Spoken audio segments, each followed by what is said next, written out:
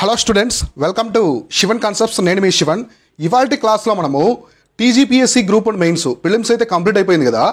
ఈ మెయిన్స్లో వచ్చేసి బోనస్ మార్క్స్ ఎలా సంపాదించాలి. సో బోనస్ మార్క్స్ ఎవరైతే సంపాదిస్తారో వాళ్ళు రేస్లో ఉంటారు, ర్యాంక్ రేస్లో అయితే ఉంటారు. అయితే ఈ బోనస్ మార్కులని ఎలా సంపాదించాలి, ఈ బోనస్ మార్క్స్ అంటే ఏంటి, ఇవి ఎటువంటి థింగ్స్ ద్వారా మనకి వస్తాయి అని చెప్పేసి మనం చూసుకోవచ్చు. అసలు మామూలుగా బోనస్ అంటే ఏంటి, మనం ఏదైనా అప్పుడు ఎంప్లాయీ ఉన్నారనుకోండి, ఎంప్లాయీ శాలరీకి ఎక్స్ట్రాగా ఏదైనా ఫెస్టివల్స్ అప్పుడు కావచ్చు, కంపెనీ మంచి ప్రాఫిట్ వచ్చినప్పుడు బోనస్గా ఇస్తారు. బోనస్ అంటే ఇంత పర్సంటేజ్ ఎక్స్ట్రా అనమాట. అంటే ఇక్కడ కూడా ఏంటంటే ఎక్స్ట్రా మార్క్స్ అనమాట, మీకు రావాల్సిన మార్క్స్ కంటే కూడా ఎక్స్ట్రా మార్క్స్. సో రిమైనింగ్ వాళ్ళకంటే ఎక్స్ట్రా మార్క్స్ అనేది ఏ విధంగా సంపాదించుకోవాలి, అసలు ఈ ఎక్స్ట్రా మార్క్స్ ఎంత ఇంపాక్ట్ చూపిస్తాయి దీని మీద అనేది ఇప్పుడు మనం కంప్లీట్గా అయితే డిస్కస్ చేద్దాము. సో దీనికి సంబంధించి అయితే ఈ ఎక్స్ట్రా మార్క్స్ సంబంధించడానికి అంత ఈజీగా అయితే రావన్నమాట. ఇప్పుడు మామూలుగా 10 మార్క్స్, సో 10 మార్కులు క్వశ్చన్ ఉంటే సో మ్యాక్సిమం దీనికి ఒక 5 మార్క్స్ అనేది పడడానికి ఆస్కారం ఉంటుంది. సో 5 మార్కులు అనేది కామన్గా ఎక్కువ మంది కంటే బాగా వండర్ఫుల్గా పెర్ఫామ్ చేస్తే 5 మార్కుల వరకు పడతాయన్నమాట. అయితే ఈ 5 మార్కులకి ఎప్పుడైతే మనము ఒక హాఫ్ మార్కు లేదా 1 మార్కు ఎప్పుడైతే ఈ మార్కులు మనం సంపాదిస్తామో అంటే మిగతా వాళ్ళకంటే కూడా 1 మార్క్ ఎక్కువ ఉంటాం అనమాట. ఈ 1 మార్క్ అనేది చాలా ఇంపాక్ట్ చూపిస్తుంది, 1000 ఆఫ్ మెంబర్స్ని వెనక్కి నెట్టేస్తుంది.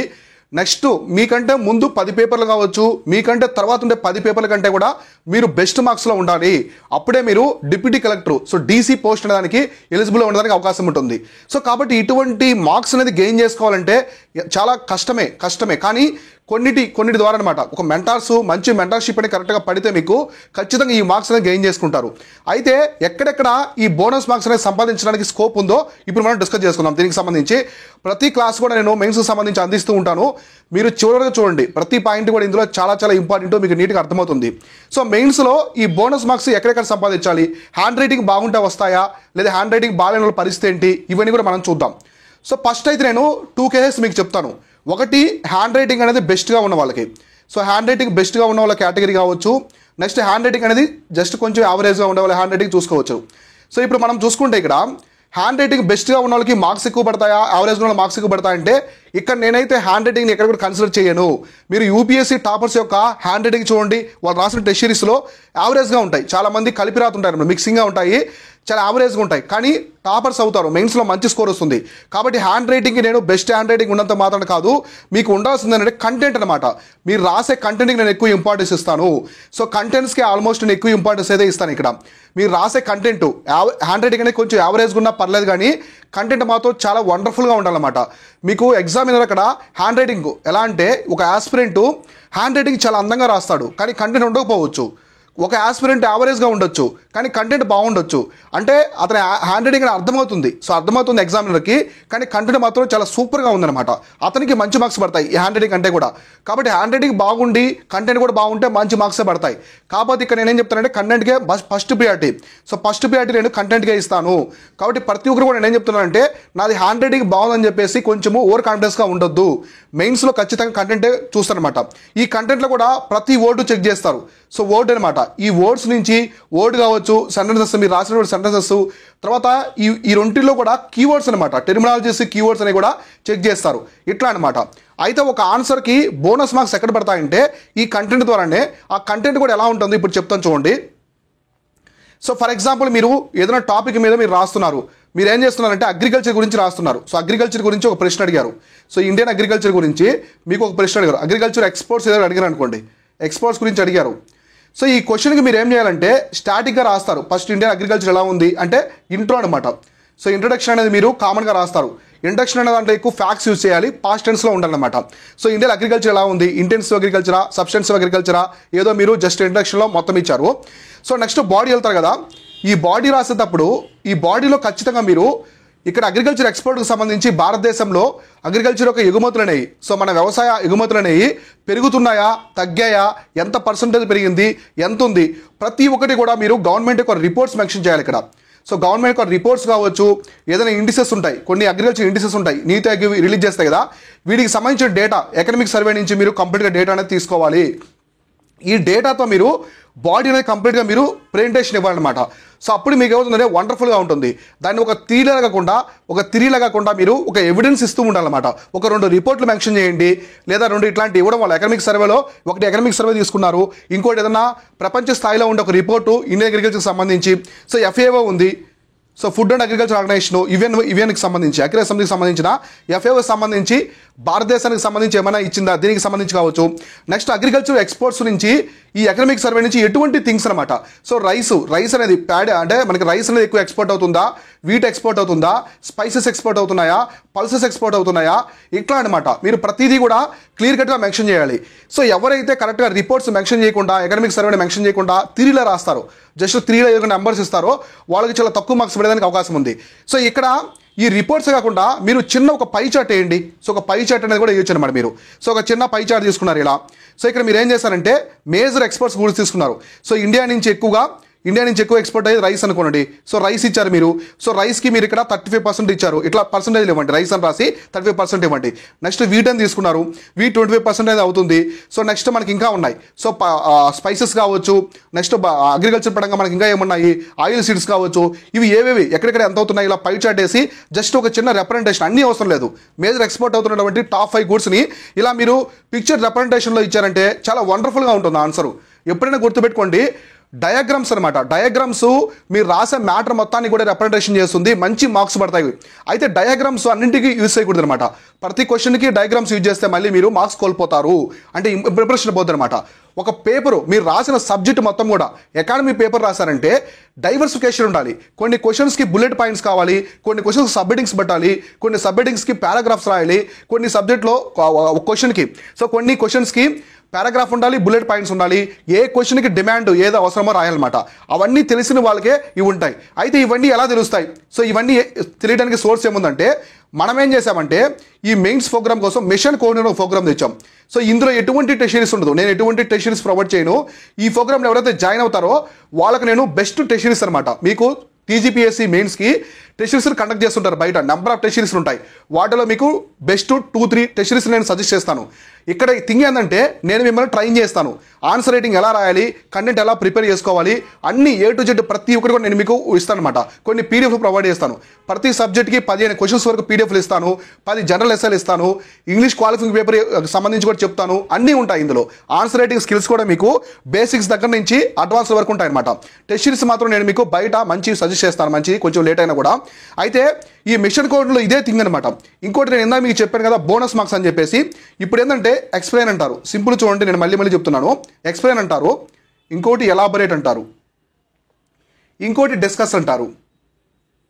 సో ఇప్పుడు దేని గురించి అడిగారు? సో ఫర్ ఎగ్జాంపుల్ ఇక్కడ ఎక్స్ప్లెయిన్ అన్నారు, ఎలాబరేట్ అన్నారు, డిస్కస్ అన్నారు. సో అడిగే కాన్సెప్ట్ అనమాట నేను మీకు ఎప్పుడు చెప్తూ ఉంటాను. ఫర్ ఎగ్జాంపుల్ జిఎస్టీ గురించి అడిగారు, so goods and service tax గురించి క్వశ్చన్ అడిగారు. సో ఇక్కడ ఎక్స్ప్లెయిన్ అంటే వేరుగా రాయాలి, ఎలాబరేట్ అంటే ఒకలా ఉంటుంది, డిస్కస్ అంటే ఒకలా ఉంటుంది. గుర్తుపెట్టుకోండి, చాలా మంది చేసే మిస్టేక్ ఇదే. ఇక్కడ మిస్టేక్ చేస్తారు. మీ పేపర్ కరెక్షన్ చేసేవాళ్ళు వేరే యంగ్స్టర్స్ కాదు, వాళ్ళు ప్రొఫెసర్స్, చాలా యూనివర్సిటీలో పండిపోయి ఉంటారు వాళ్ళు సబ్జెక్ట్లో. వాళ్ళు ఎలా అంటే ప్రతి రిపోర్టు వాళ్ళకి నోటెడ్ అయి ఉంటుంది. మీరు రాసే ప్రతి ఓటు సెంటెన్స్ని బట్టి మీరు ఏంటో మీ ఎబిలిటీ ఏంటో వాళ్ళు ఫైండ్ అవుట్ చేస్తారు. కాబట్టి ఇటువంటి మిస్టేక్స్ అనేవి చేయకూడదు. ఇప్పుడు ఎలాబరేట్ అన్నాడు, సో ఎలాబరేట్ అంటే ఎలా రాయాలి, డిస్కస్ అంటే ఇప్పుడు ఎలాబరేట్ అనేది పక్కన పెట్టేద్దాము. ఎక్కువగా డిస్కస్ ఎక్స్ప్లెయిన్ వస్తుంటాయి. ఈ రెండుకి డిఫరెన్స్ చూద్దాం. ఇప్పుడు మీకు ఎప్పుడైనా సరే ఒక క్వశ్చన్కి ఎక్స్ప్లెయిన్ అంటే బ్రీఫ్గా ఇవ్వండి. అసలు జిఎస్టీ అంటే ఏంటి, ఎప్పుడు తీసుకొచ్చారు, ఏ కాన్స్టిట్యూషన్ యాక్ట్తో తీసుకొచ్చారు, అది కాన్స్టిట్యూషన్ జిఎస్టీ కౌన్సిల్ అంటే ఏంటి, అలా మీరు జస్ట్ దాన్ని తీసుకురావాలి. అదే మీరు డిస్కస్ అన్నారనుకోండి, బ్రీఫై ఇవ్వకూడదు, డెప్త్ అనాలిసిస్ ఇవ్వాలన్నమాట. దానికి సంబంధించినటువంటి డెప్త్ అనాలిసిస్, డీప్ అనాలిసిస్ అనేది మీరు ఇవ్వాలి.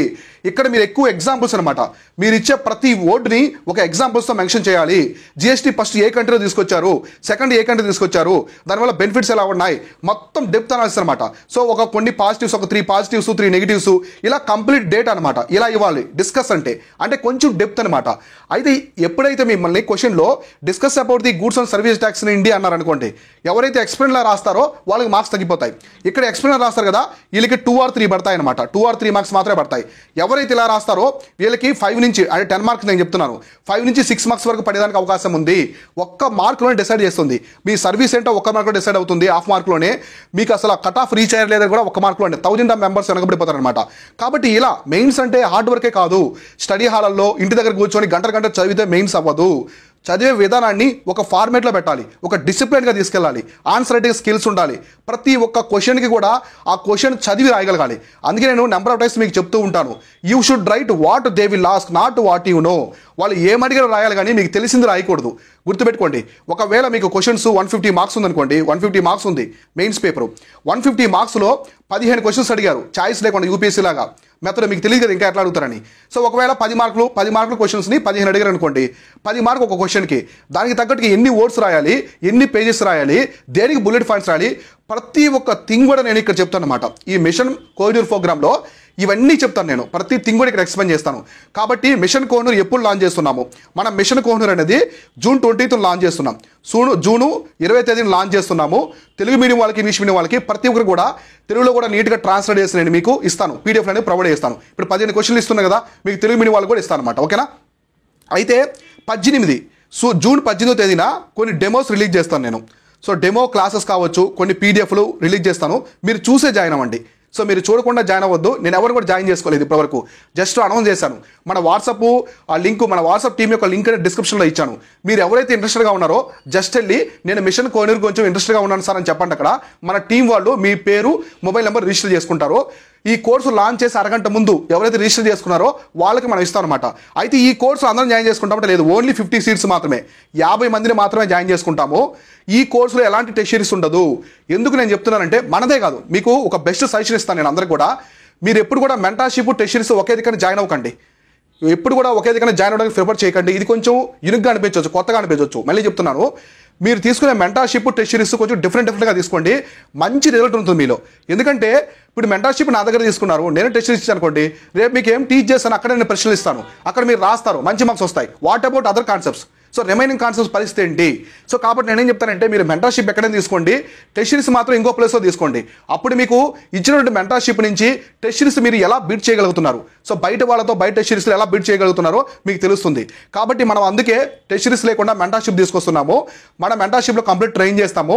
ఈ 50 మందిని కూడా 50 మందినే తీసుకుంటాము. ఈ 50 మందిని కూడా కంప్లీట్గా ఫోకస్ చేస్తాం. మంచి ర్యాంక్స్ తీసుకురావాలి, డిప్యూటీ కలెక్టర్ స్థాయిలో ర్యాంక్స్ తీసుకొచ్చే విధంగా మొత్తం కూడా తీసుకొస్తాము. ఎవరి చేత పట్టించాం, బట్టి కాదు. ఇక్కడ నేను ఇప్పుడు జిఎస్టీ గురించి నేను మీకు ఇచ్చాను. ఇప్పుడు 15 కాన్సెప్ట్ ఇచ్చాను కదా. ఇప్పుడు మీకు చూడండి, సింపుల్గా చెప్తాను మన కాన్సెప్ట్, మన గైడెన్స్ ఎలా ఉంటుందో. 15 టాపిక్స్ ఇచ్చాను మీకు, 15 క్వశ్చన్స్ పీడిఎఫ్స్ అనేవి ఇచ్చాను. ఎందులో ఫర్ ఎగ్జాంపుల్ నేను ఎకానమీలో ఇచ్చాను అనుకోండి. సో ఎకానమీలో నీట్గా మీకు 15 టాపిక్స్ ఇచ్చాను. 15 టాపిక్స్ నుంచి కాకుండా 17 టాపిక్ నుంచి వచ్చింది క్వశ్చను. సో 17 టాపిక్స్ నుంచి క్వశ్చన్ అనేది వచ్చింది. సో ఇప్పుడు దీన్ని ఎలా బీట్ చేయాలి? నేనేం చెప్తున్నానంటే, సో 15 ఇచ్చాను కదా, ఈ 15 నుంచే ప్రశ్నలు వస్తాయని నేను చెప్పను, ప్రిడిక్టబుల్గా ఇస్తాను. కానీ ఈ 15 టాపిక్స్లో మీకు కంప్లీట్గా అవేర్నెస్ వస్తుందన్నమాట.